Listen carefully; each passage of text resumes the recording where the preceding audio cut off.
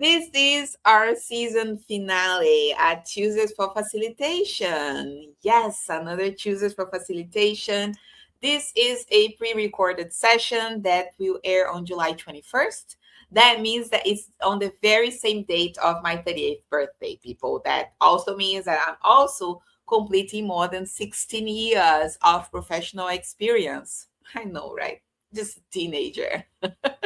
So thank you once again for being here with me. Let me start this episode by celebrating each and every one of the 10 guests from Europe and West Africa that I have received this season. Let me start with Ivorin from Nigeria, who spoke about facilitating outcomes. Nonye, also from Nigeria, who spoke about facilitating experiences in the healthcare industry. Enrique from Brazil, but who's living in Portugal, who shared his experience in designing and facilitating intercultural teams. Sobel from Senegal, who spoke about how facilitation in alternative education can change a whole continent. Vivian Aqua from the Netherlands, who spoke about strategies for inclusion and diversity. Juan from Argentina, but living in Spain, spoke about a community hacking. Omar from Senegal and working across West and East Africa spoke about using human-centered design, HCD, in the African context. Hadi from Senegal spoke about finding Kokorozashi, which is purpose, with the African youth. Jerry from Senegal, but living in France, spoke about facilitating format and content. And our last guest, Moreni Keji, who is a Yoruba teacher who is facilitating the learning of Yoruba language. So thank you once again for your participation.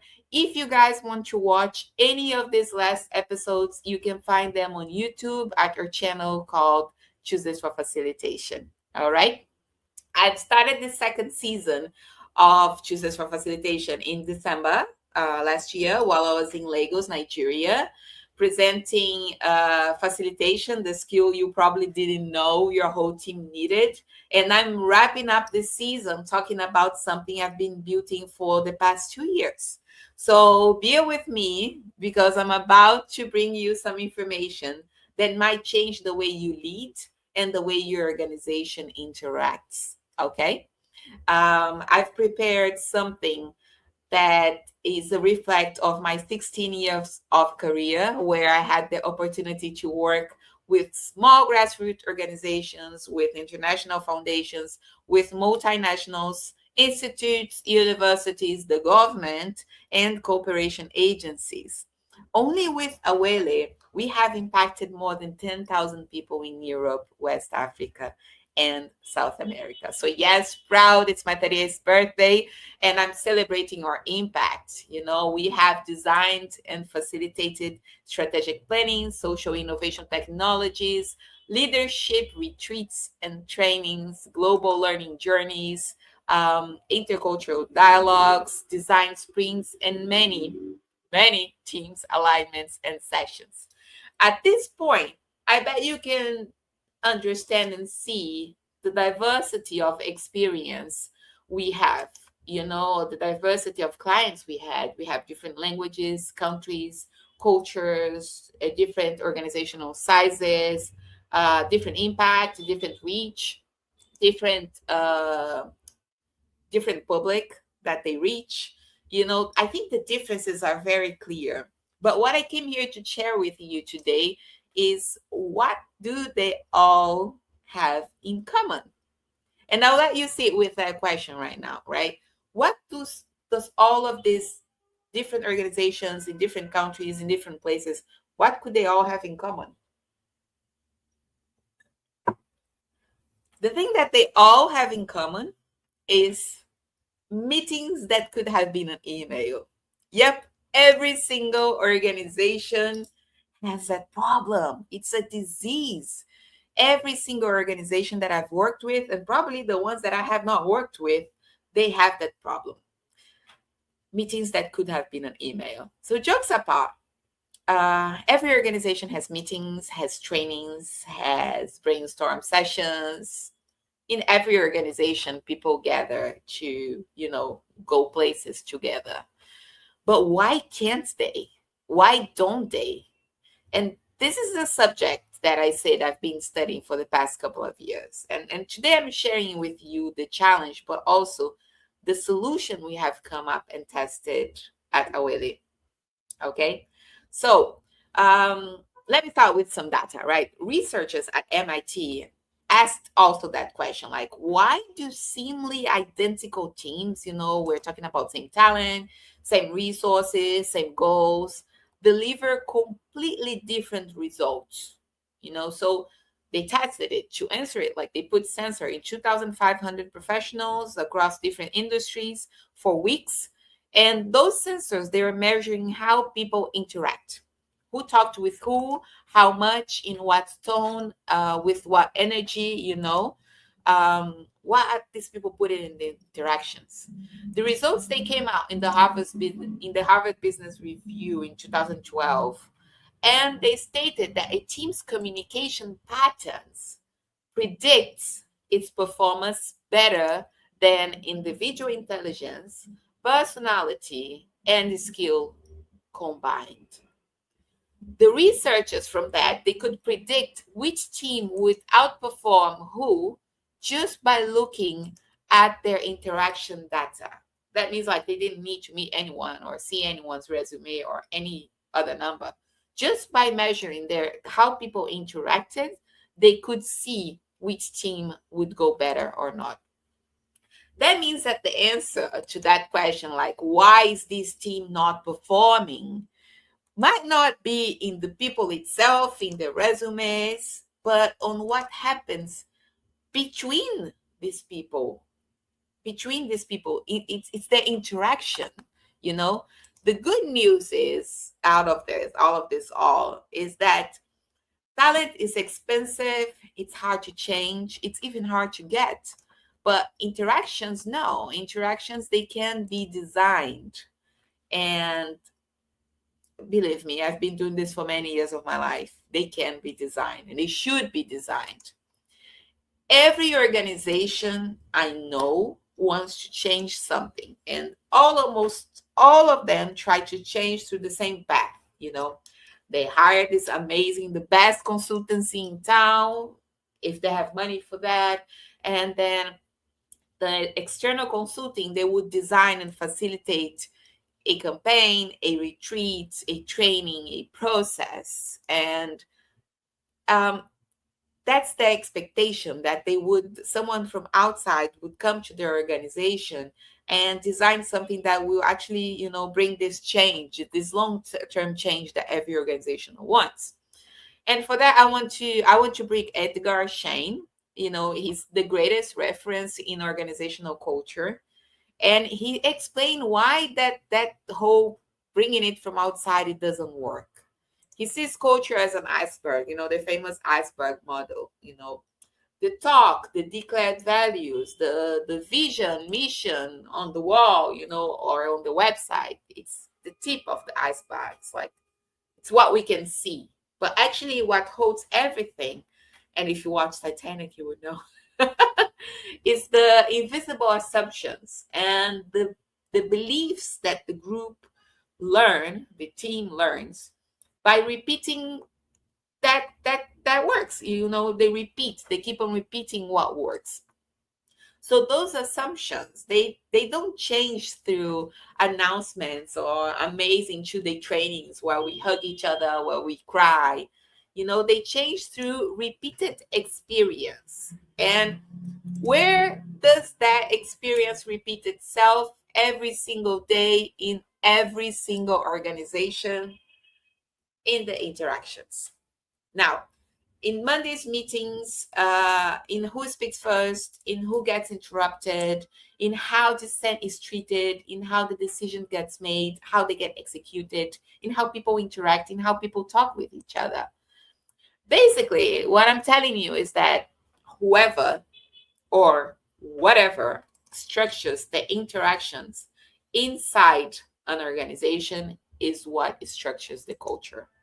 And that's why I'm bringing facilitation as an answer, because facilitation is the discipline of designing interactions.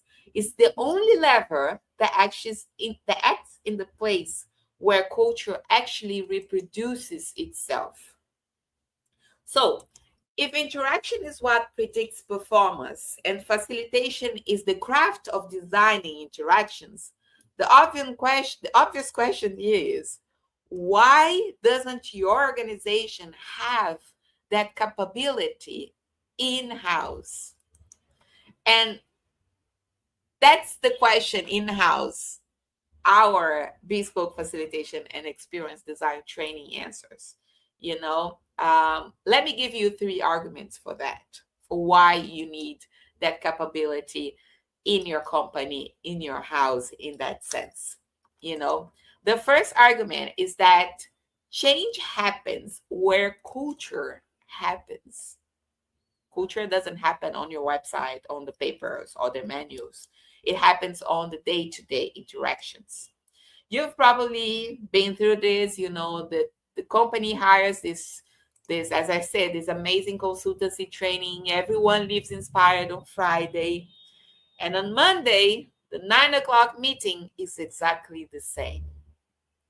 Now, our capability and our facilitation and experience design training is called in-house and not in company for a reason, right?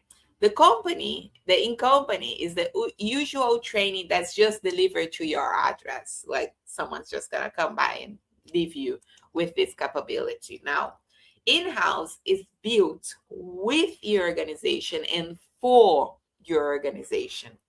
When I say it's tailored, it's designed to speak your language. So the first steps of the program are reading your culture. It's to understand how you speak, how you interact, and to promote changes that will help your team perform better by having better interactions, but without changing much of whatever you call your mission, your vision, your values. We work with what's already yours. So, and then we are training the people to redesign those interactions so that the Monday's 9 o'clock meeting is different. It starts to be different. Now, we know that when people genuinely take part in the design, what happens is in the self-determination theory, which has demonstrated this for the past 40 years, is that the quality of motivation changes, right? It stops being compliance and becomes will.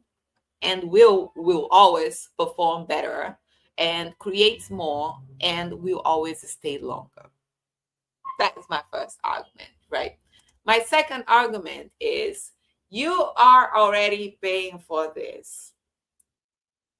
In-house is not a new cost. Like, it's the requalification of a cost you already have. Do the math with me, okay? How many hours a week do the people in your organization spend in meetings? And how many of these meetings are unproductive? Research shows that more than 1/3 of business meetings are unproductive. Yep, 1/3. That is costing you billions of dollars annually. In other words, your payroll is already funds thousands of hours of interaction every month. That budget already exists, okay? It's already been approved. It's being spent right now. The only question is, are these unproductive meeting hours producing something, culture, decisions, or alignment, or are they just producing more exhaustion? Okay? The third argument, and this is the one I love the most, at the end of in-house, the capability is yours. It's not ours, And I think to speak about that, I have to bring you a little bit of the back part of the consulting market, right? A little secret of ours. The traditional model is designed so that you will need us again. The consultancy comes, It solves, it leaves, and takes the capability right away, right? Don't leave anything. We leave reports. We are choosing the opposite path at OLA, right? When I'm telling you that in-house trains facilitators inside your organization, it's your people who know your hallways, your people who, drink coffee together, your people who keep it designing conversations long after we say goodbye. And the program ends with this delivered this deliverable that we call the organizational compass. It's your organizational criteria, not ours. It's written and made with your language, and it's supposed to help you designing any interactions that matters from here on, from the moment of your training on. So if you have to design a hard decision, a team integration, a planning cycle, a difficult conversation, the compass will be yours. And there's beautiful science behind this too, right? A meta-analysis covering more than 6,000 groups showed that collective efficacy, the shared belief that we can do this and we can do this together, predicts group performance. All right. That's what we saw. The collective confidence, built through practice, that your organization knows how to lead its own conversations. So I gave you 3 arguments. Now, is in-house for you, your organization? Is in-house for your team? Well, if your organization works with people, and I don't know one that doesn't, and wants real change in the way of working, it probably is, all right? But let me be a little bit more specific here. It's for those who already understood that culture is practiced, you know. For people and culture teams tired of training that evaporates, for cooperatives and organizations that live by collective decisions and making, it's important, for foundations and movements whose legitimacy depends on genuine participation, and many of my clients are, and it's especially powerful turning points. A merger, it's especially powerful in turning points in a merger, accelerated growth, a generational transition, or that quiet discomfort of watching the values on the wall drift too far from Monday's meetings. So if you are going through a change, an organizational change, in-house could be for you. It's also very good for small organizations that are working with the future, with future generations. It's great for organizations that are working with youth, and great for teams that want to be more creative in their meetings. All right. So the first step for you to understand more about in-house is a simple diagnostic conversation. It's just 30 minutes. You're going to speak with me, and we will look at your interactions. And I'll give you just an honest reading, even if the conclusion is that you don't need us. I will share the link for that on this event somehow, but you can always contact me also here on LinkedIn. It's an easy share. If you want to learn more, you can also check on our website, awele.co, and you will see our one pager. And that was a long talk, and we closed this season of Chooses for Facilitation. And I want to close this season that was fully on English. Maybe the next season would be in Spanish, or I'll just mix the languages. But I want to close this season reminding you of what Awele means. Awele means good journey in Igbo language. It's also a very good name in Yoruba. Going to Nigeria has taught me that. And I think it's as I'm getting older, and so is my company, right? I want to remember myself and remember everyone that have watched this, that Awele is about bringing together collective power in good journeys, right? uh, in every interaction, in every meeting. So when I chose to endeavor Awele, this associate consultancy, trying to promote and trying and reaching and promoting good journeys, it's it was because I really believe that when people get together with the proper tools and with the proper capabilities of facilitating and training these tools, it's what makes any team perform better and anyone's life better. We're not in the world just to make money or to achieve the great processes. I know we can do that. I know, and I've seen it, that we can do that being in a healthier place, being in a safer place, being in a place, in an organizational place where we can actually live better, be creative, be yourself. So as anything that I do, I end this season wishing you all a really, really, really, really great journey, together with your peers, together with your team, and together with your goals. I hope this episode has uh, uh, put you some ideas in your head. I hope I've built some how do you say it? I'm trying to translate it to Portuguese, but I hope it has gotten you thinking in something. Maybe what you need is not another, expensive training consultancy that will deliver something that will just deliver that for that moment, for that time. Maybe what you need is a facilitative leadership team. Maybe what you need is better facilitators in your organization, in your house. All right. Thank you very much for watching this to the end. And I'll hope to see you soon on the next season of Chooses for Facilitation.